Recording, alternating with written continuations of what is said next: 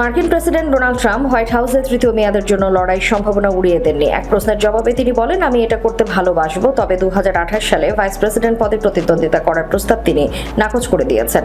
কিন্তু ট্রাম্পের কিছু সমর্থক সম্প্রতি ভাইস প্রেসিডেন্ট হিসেবে নির্বাচনে অংশ নেওয়ার মাধ্যমে সাংবিধানিক সীমাবদ্ধতা এড়িয়ে যাওয়ার সম্ভাবনার কথা তুলেছিলেন।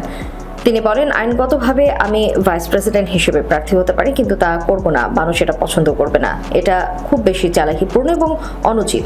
তৃতীয় মেয়াদে প্রার্থী হওয়ার সম্ভাবনা প্রসঙ্গে তিনি বলেন, আমি সত্যি বলতে এখনো ভেবে দেখিনি, তবে আমার জনপ্রিয়তা এখন ইতিহাসের সেরা পর্যায়ে। মার্কিন সংবিধানের 22তম সংশোধনী অনুযায়ী কোনো প্রেসিডেন্ট তৃতীয়বার প্রার্থী হতে পারে না। এই সংশোধনী বাতিল করতে হলে প্রতিনিধি পরিষদ ও সিনেট উভয় পক্ষের 2/3 সদস্যের অনুমোদন বা 2/3 অঙ্গরাজ্যের উদ্যোগে সাংবিধানিক কনভেনশন আয়োজন করতে হবে, যা কার্যত অসম্ভব বলে মনে করেন বিশ্লেষকরা।